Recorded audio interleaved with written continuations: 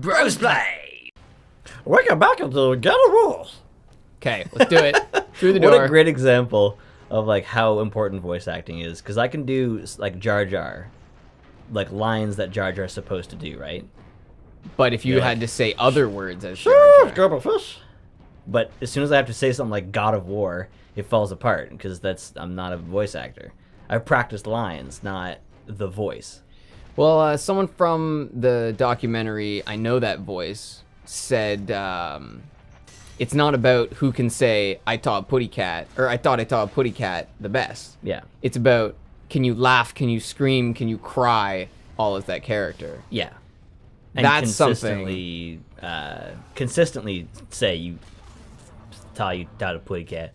I feel like if I was ever to voice act, it would either be as my own voice, and I would just be an actor, or I would be doing like bit parts. You know, like you're doing an animation and you need someone to play like Russian guy or whatever. I actually have a couple animation ideas that I want to do, like really short animations. Which I need a second person because I'm not good enough to do two different voices and have them sound totally different. Yeah, it's hard. It's that's why is it Justin Roiland? Is he the one who plays Rick and Morty? Yeah. That's why he always impresses me, just because they're such drastically different characters. Well, a great example. I mean, sorry, I shouldn't pass him off because he can do them together. A lot of actors that do double voices. Oh. Yeah, I guess it's like the last thing I have to do. Oh, come on, man. You're really explaining quick time events to me? Even though you've killed how many Medusas this way? One rotation per prompt. Like, jeez, dude. Come on, man. This is neat. But, see, for the viewer, it's pretty cool. But for me, I'm so focused on the prompt that I'm not really paying attention to what I'm doing. The circles are the hardest. The buttons are significantly easier than the circles. Yeah, absolutely. Oh, now he's ready. What were we just talking about? Oh, yeah. Most actors, when they play multiple characters, they don't do them all in the same session. But he can. That's how natural those voices are to Justin Roiland's. That's what they usually do? They'll record it in two different sessions and then put them together? I'm pretty sure, because it's a lot easier. Wow. I could be wrong about that, but... That's... Oh. It reminds me of this is Seth MacFarlane episode where he it's just Stewie and Brian in the bank, or Seth MacFarlane. Yeah. It's a Family Guy episode where Seth MacFarlane has to play every single line pretty much. Yep. I should say I actually don't know if that's how they do it. But you know that you can do them back to back because you've seen it, right? Yeah. Like on podcasts or other things. For some reason, think that that's how it works. That they'll do like all of Stewie's lines in a session. You know, it would be easier to Brian's. get into character. Yeah. Rather than having to jump back and forth. It's probably based on how each person operates, right? Well, especially someone like Seth MacFarlane, who's the producer, or is he producer, or is he like the fucking owner of the show? He's a lot of stuff. I don't know if he's the owner. I'm not sure if he owns the content. I mean, created by doesn't necessarily mean you have rights. In fact, selling rights is how you get that shit made. Yeah, actually, that's a good point. I found out the other day that when the record company has to pay someone for their music, they pay the band a certain amount of money, and then they pay the songwriter a certain amount of money. So if the songwriter is in the band, that guy gets paid more than the other band members. Yep. And I guess I'd never thought about it that way, but that's gotta like drive a big stake, or just wedge, I guess, into the band, right? Oh yeah, that's why it's amazing that most bands go on as long as they do. Because it's not always like Slipknot, where if you look at the songwriters of Slipknot songs, it's all over the place. You know, you see the same names a lot, but they change. But you go to Supertramp, I think it is, where the lead guy is basically the band. Supertramp, I don't know much about Supertramp, actually. I'm pretty sure, because he plays at Rama, and it's just like his name, like really? his name and his band. And I asked a person who saw him, I was like, is that Like, was he an important part of Supertramp? And he said, no, he basically was Supertramp. Wow. Yeah. Oh, man, that's got to be really hard when you feel like you are, you know, the heart and soul of the band. Because, what? John's new girlfriend is a cunt. Oh, my God. I'm the musical genius. They can all just suck my nuts. Suck my nuts. Probably the best parody of a song from that era that I've ever heard. That's Blackbird, right? Blackbird by John LaJoie. Yeah. God, that guy was funny. And he is still funny. Yeah, he's in The League. This is like his show now. Yeah.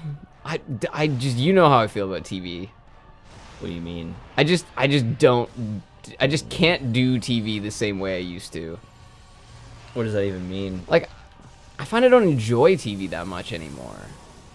Oh, I see. And especially primetime. I just can't do primetime television because if I was gonna watch a primetime TV show, that time feels like it's wasted because I could be watching something from Netflix. I could be watching something from HBO.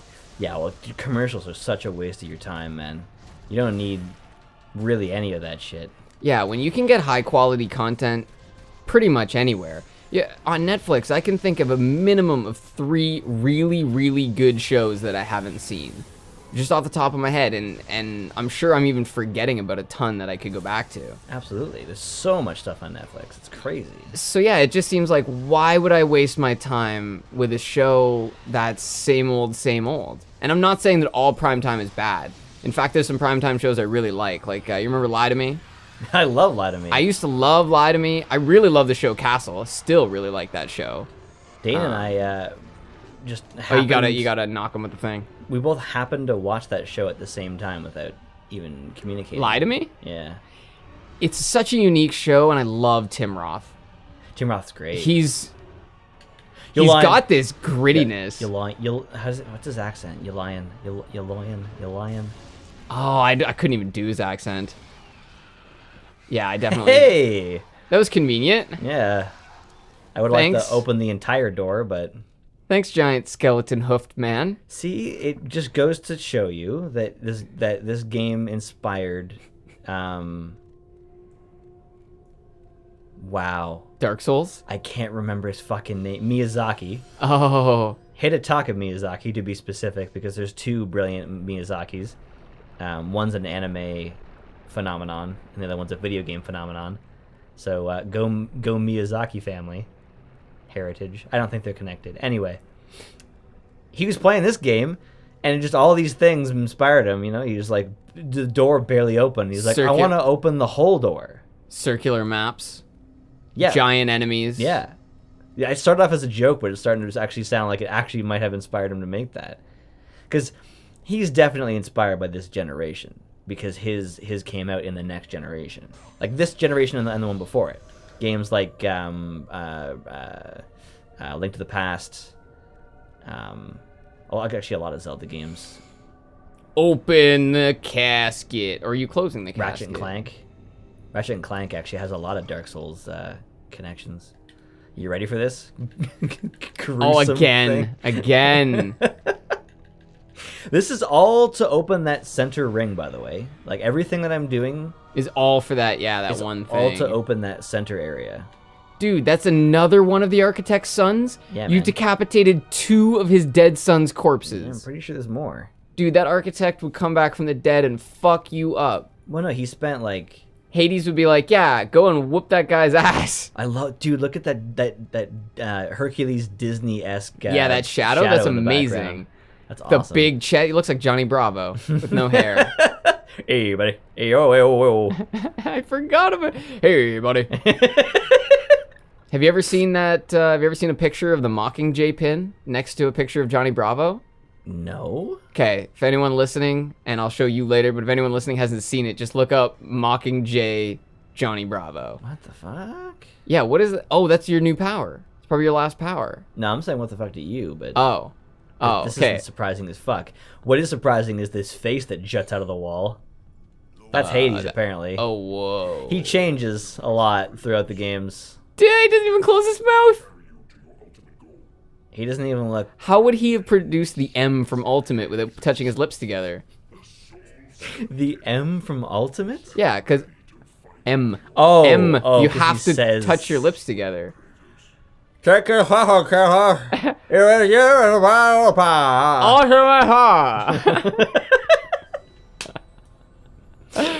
Oh, I was watching a great video about camp. It was by Now You See It. And he had such an excellent example. He perfectly edited a perfectly timed scene from Princess Bride, where he says intentional camp is very rare, but needs to be really well done. And then they show that scene from the wedding, where it's very serious. You see this regal-looking man. He goes to say something, and the first thing he says is, "Marriage." I do remember that. And it's perfect. It's a perfect timing in the episode, and he perfectly edits it and times it in the video. So the whole presentation is so slick. I'm supposed to use the Hades bomb. Whoa, that's actually pretty dope. Yeah, it's kind of generic though. Like, it doesn't really like what does it do? Like, I can't really like control it. I mean, it fucks people up. Yeah. But, like, well, it creates chaos, which helps you stay out of damage. So that's definitely the upside to it. Fuck, I went a little poke awesome there. Like, what does it even do? Like, what do you even do? Oh, in Princess Bride, is the wedding scene the one where he's like, my name is I forget his first name.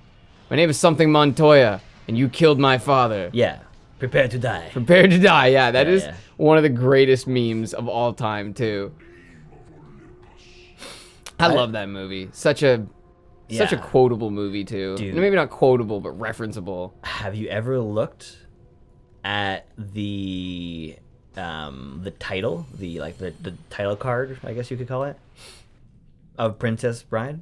What do you mean by the title card? Like the front? The cover. The cover of the movie? The words Princess Bride. No. It's designed so that you can look at it upside down and it still says Princess Bride. Oh, really? Yeah, man. What do you call those things? Cleverly designed? No. It's a very specific thing because the Illuminati had one of those too. Yeah, I'm being so specific. But what you just said, something that can be printed upside down or right side up and it looks the same, there's a word for that, and they're like incredibly hard to make. Oh, okay. Shit. I feel like I gotta look this up. Here, you entertain the people.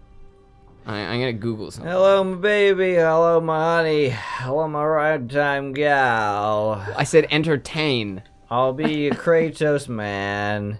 You'll be your skull to crush. Hello. Oh my god. That someone was saying last night during a siege sesh. Because I made a joke about how I wanted to put a SpongeBob song to a funny moment. The you know the SpongeBob song.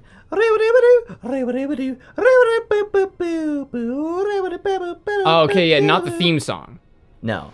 But just the SpongeBob music. Really silly song. And he's like, I was thinking this song, it's like a classic, you know, like the circus song, you know? The circus music song everyone knows. Oh no, that's the British song. No. Whatever. Anyway, he's like, but maybe that's just the circus song for another generation. Which? Sorry. The SpongeBob song. It could be. Yeah. It could be, man. Yeah. I love hearing the SpongeBob song because I never noticed that the guy who plays Mr. Krabs also plays the captain. Oh, yeah, you can hear it, man. You can hear it. In voice, maybe, but not in his face. No, of course not in his face. That's what I was going about. Dude, it's an animated show. He's a picture frame. You really think I meant he live action played the captain? No, but there's a legit pirate at that one point. Oh, that guy? Yeah. Okay, no, he's not Patchy the Pirate. No, definitely not Patchy. The guy from the theme song. Oh, who lives in a pineapple? Yeah, okay. Yeah. I just never noticed that as a kid. I mean, I was retarded as a kid. That's why. But I did. Kids are. That's kind of what being a kid is all about. I did find it, by the way, the words that are the same printed upside down. And what word was your example? How did that even start? Princess Bride. Okay, it's called an ambigram.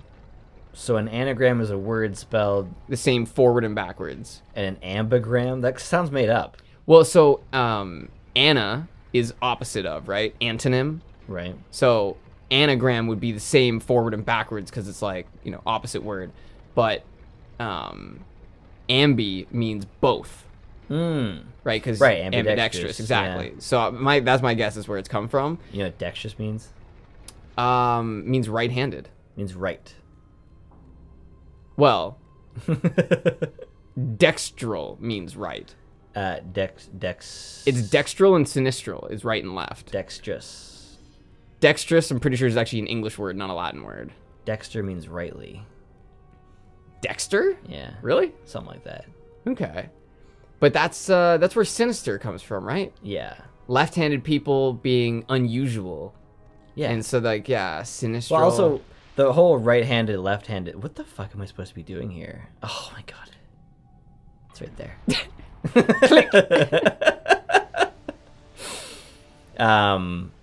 Sorry about that. That was both in audio and visual was very difficult to take because I wasn't doing anything and you weren't doing anything. So from the audience's perspective, that was You talking about those 3 seconds where we waited for it to open? No, the whole time I was spinning around here. Oh, trying to figure out where we were going. Okay. Yeah. Understandable. Oh, this is why this is down here. Okay, I get it. Ah, yes. Not quite. I understand you now. Does that mean the outside ring needs to be aligned, or this one's not far enough along? You're understandable. Sorry, I wasn't paying attention to what you were saying. I think, yeah, we got distracted by the water talk. That there, water talk. I can't even tell how many revolutions we've done at this point. I can't tell if it's the same door or not. It's not the same door, that's for sure. There you go. There we go. Okay, okay. I'm just going to make sure that this is open. Oh, can I not turn this? Oh, I can turn this. Hey. Whoa, okay. I remember playing this this part as a kid, and I remember this being very confusing. It's not. You just have to line the doors up to the very first one, and all you have to do is line the rest of them up to the one before it. Okay, so yeah, maybe it's not that bad. So we just spent all these episodes lining up these doors. The amount of effort to line up. Whoa! And of course. Just flow into the room. The timing on that was beautiful. Yeah. Well done, team. It kind of reminded me of, I don't even know what it would be from, but where you just have all the soldiers going in, hop, hop, hop, hop, hop, hop, hop, and it's just all marching down a hallway. I'm sure there's a scene like that. I think it's from Fairly Odd Parents, actually. That's how the military people always used to walk in that show. Oh. Hop, hop, hop, hop, hop. They always used to make those noises. Do you remember Jimmy Neutron? Oh, I remember that. Brain Blast! I forgot about Brain Blast.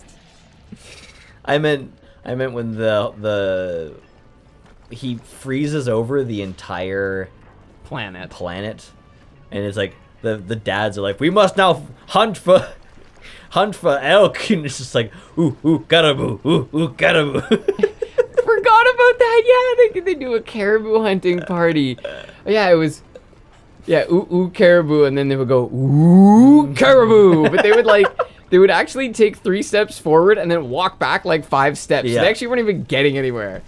Oh my God. That's a show that's half science, half total nonsense. Mm-hmm. So he freezes the world by essentially weaponizing sunscreen because he wants to reduce the temperature, but then everything turns to snow. So he realizes that the sunscreen is sweat soluble.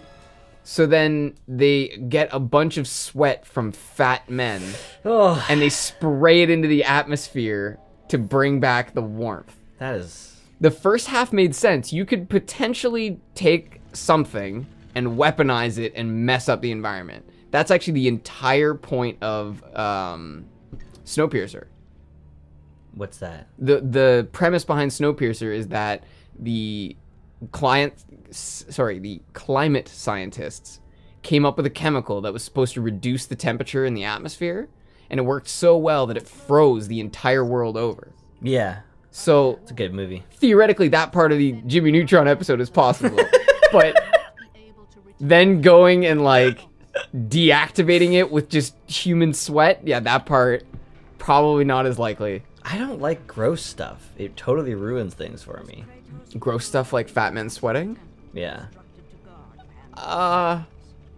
I know what you mean though. Gross things can sometimes just turn you off entirely from the thing. I had a hard time getting into Rick and Morty because he's always got green spit on his face. Yeah, and he burps a lot. The burping didn't bother me as much because it's like it's very comical the way he does it. It's true. It's controlled. It's like part of the way he speaks. But still, it is a little... Yeah, it is a little gross. But so is Morty. Like, he's not gross, but he's like kind of hard to listen to as well. Because of that whiny-ass tone? Ah! Oh, I don't know, Rick. Oh, I think this is a bad idea, Rick. I'm playing. Oh, whoa. Oh. Holy shit, we're in the hands of God. Kratos did not like puns. Imagine he just separates his fingers and drops us to our death. Fuck you, Kratos. He says that. Yeah, as we're falling. He pretended to be a statue. It's actually a god. Oh, these guys. I forgot about these guys. Good luck, bro. Thanks. These guys are so confident that they don't even need their weapons. That was actually pretty badass. It was pretty badass. Unnecessary, though. That's like that scene in Never Back Down where the guy does all the flips and then just gets KO'd. Oh, yeah. Just gets... It's like a just one punch. Yeah, it's just trying to be a hero. Oh, shit. Yeah, these guys are actually reasonably hard. That's actually happened in MMA before, though. Someone's just gotten way overconfident. Tried to pull some crazy shit thinking that they were, you know, Nick Diaz or something. And they just get whomped because...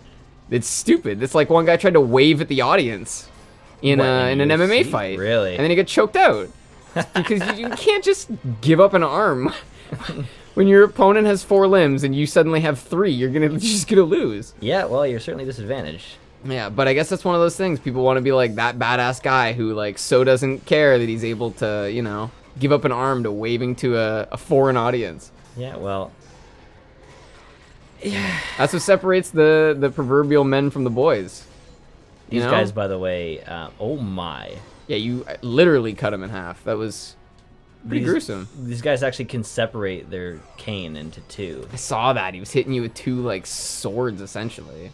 They are really hard to fight without taking damage. Also, I didn't even mention that I did that entire fiery ball hallway without taking any damage. Yeah, you didn't hit any of them. Any That's so damage. true. Wow. It was just duration. That was it. You're so right about the Blade of Artemis. This thing is so good. It's strong. I just feel like there. Oh, hey, dude. I feel like the Blades of Chaos waste hits. Hi, Mark. Oh, hi, Mark. Oh, this is okay. I see why. They're like harpies. Yeah, they've got boobs. Gonna have to. It's like a man's face with women breasts. So then that means it's okay, right? No, we can show it on YouTube. No, I still have to block that shit. Man, that is a really well done animation. Oh yeah, these that cinematic. Holy super crap, good, man. These are cool too. It's funny, compression in video format often means it ends up looking better. Because really? Because it's like flat and consistent. Interesting. Because people's eyes do respond better to smooth things up to a point. I mean, it's not always a good thing, but that's so the compression that we do to get onto YouTube is not necessarily a good thing because we do lose some quality, but not a lot. Not much more than YouTube would actually be able to do. Like we're running at 1080p, which is the highest beyond 1440p, which we're not doing. Also, this game is running in like 480 or something. I guess so, because this is a long time ago. Yeah, man. Sorry, we talked over all this. This is picking up where Kratos was, Jesus. Where Kratos was asking for help from Ares, so Ares just fucking murdered to give, what's his name, some shit. Wait, did you say only a sword and shield would befit the new? Or did you say no sword and shield? Yeah, probably something like that. She also said something about how the harpies are actually, like, the reason why the harpies exist in the fortress that we're in right now is because Ares sent them to fuck with Kratos. Oh, there is like torture squad. They're a reminder of his like past and shit like that. Jesus. His past is dark, man. Yeah. Well, some of you are probably noticing that he has the blades, but his skin is still normal. Yeah, that's so true. Oh, we haven't got there yet. Nope. Spoilers, sweetie. Oh. Wretch. Tell him to add fur to your breasts next time. God, he's uncomfortable. he's so ripped, man. Kratos? Yeah, yeah. And I will use it to see him tremble and fall before me. Good luck with that, Kratos. Kratos talks a big game, but he plays a big one too. Yeah, actually. For sure. Kratos is a big man in a big world trying to make moves. Big man in a big world. All right, thank you for joining us. Next time, The Ascent. Nice. Next time we scale. We going up.